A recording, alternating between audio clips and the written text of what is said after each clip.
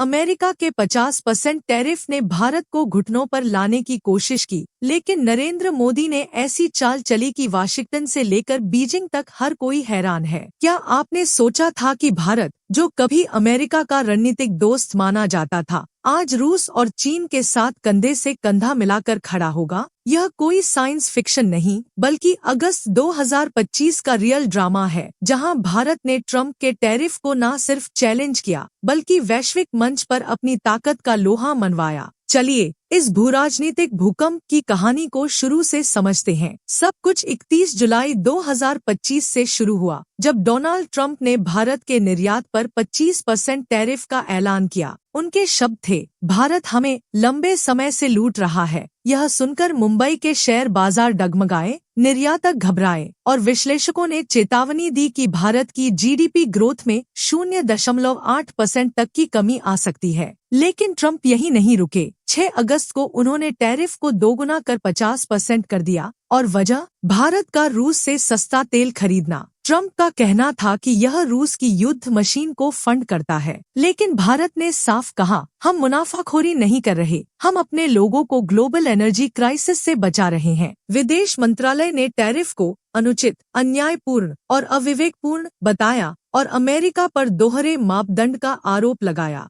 आखिर तुर्की और यूरोप भी रूसी तेल खरीद रहे हैं, फिर भारत को ही क्यों निशाना? नरेंद्र मोदी ने राष्ट्र के नाम संबोधन में कहा, भारत का राष्ट्रीय हित सर्वोपरि है, हम अपनी संप्रभुता से समझौता नहीं करेंगे। लेकिन असली गेम चेंजर तो पर्दे के पीछे हो रहा था। भारत ने $3.6 अरब के अमेरिकी रक्षा सौदों को रोक दिया। स्ट्राइकर वाहन, जैवलिन मिसाइलें, बोइंग विमान, सब पर ब्रेक। यह कोई छोटा कदम नहीं था। सालों तक अमेरिका भारत का सबसे बड़ा हथियार सप्लायर रहा, लेकिन अब भारत ने साफ संदेश दिया, अगर आप हमें व्यापारिक दुश्मन की तरह देखते हैं, तो रक्षा साझेदारी की उम्मीद ना करें। काउंसिल ऑन फॉरेन रिलेशंस ने इसे महत्वपूर्ण मोड़ बताया, चेतावनी दी कि ट्रंप के टैरिफ दशकों की यूएस इंडिया प्रोग्रेस को डुबो सकते हैं। लेकिन भारत ने सिर्फ रक्षा सौदों पर ही रुकावट नहीं डाली। नई दिल्ली ने रूस और चीन की ओर रुख किया, वही देश जिनसे अमेरिका भारत को दूर करना चाहता था। जुलाई 2025 में मोदी ने मॉस्को का दौरा किया, जहां पुतिन ने भारत को और सस्ता तेल और पेट्रोकेमिकल देने का वादा किया। इससे भारत ने यूक्रेन युद्ध के बाद $16 अरब की बचत की। फिर आया सबसे बड़ा ट्विस्ट, चीन के साथ नजदीकी। 2020 की गलवान झड़प के बाद भारत चीन रिश्ते ठंडे पड़े थे, लेकिन ट्रंप के दबाव ने सब बदल दिया।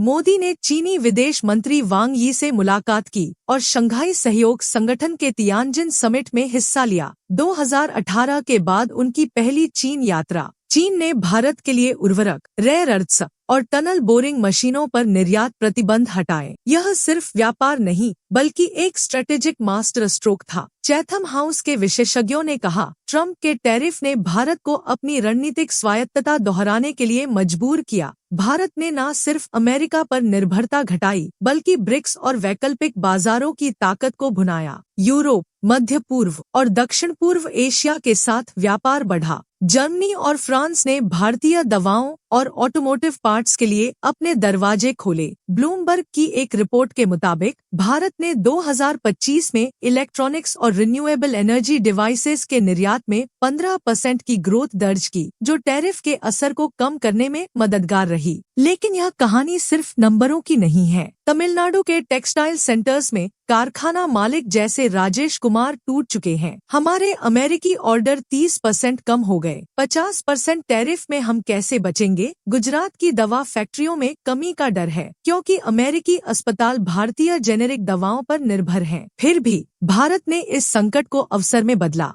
मेक इन इंडिया को नई ताकत मिली। तमिलनाडु और गुजरात में नए मैन्युफैक्चरिंग प्लांट्स लगे, जो न सिर्फ लोकल डिमांड को पूरा कर रहे हैं, बल्कि ग्लोबल मार्केट्स के लिए भी प्रोडक्शन बढ़ा रहे हैं। मोदी ने स्वदेशी का नारा दिया, हमें आत्मनिर्भर बनना है, न कि मजबूरी में, बल्कि गर्व के साथ। यह एक नई शुरुआत है। भारत की यह चाल ट्रंप को जवाब तो दे रही है, लेकिन सवाल यह है, क्या यह वैश्विक शक्ति संतुलन को बदल देगी? क्या भारत और चीन की दोस्ती क्वाड को कमजोर कर देगी? क्या रूस के साथ गहरे रिश्ते भारत को और ताकतवर बनाएंगे? और सबसे बड़ा सवाल, क्या अमेरिका पीछे हटेगा या यह ट्रेड वॉर और गहरा होगा? दोस्तों, यह कहानी अभी खत्म नहीं हुई, यह तो बस शुरुआत है। आप क्या सोचते हैं? क्या भारत की यह स्ट्रेटेजी सही है? कमेंट में बताएं और इस वीडियो को लाइक, शेयर और सब्सक्राइब करें ताकि हम ऐसे रियल टाइम ग्लोबल इश्यूज आपके लिए लाते रहें। गूंगा इंसान चैनल को ज्वाइन करें और इस भूराजनीतिक शतरंज की अगली चाल के लिए तैयार रहें।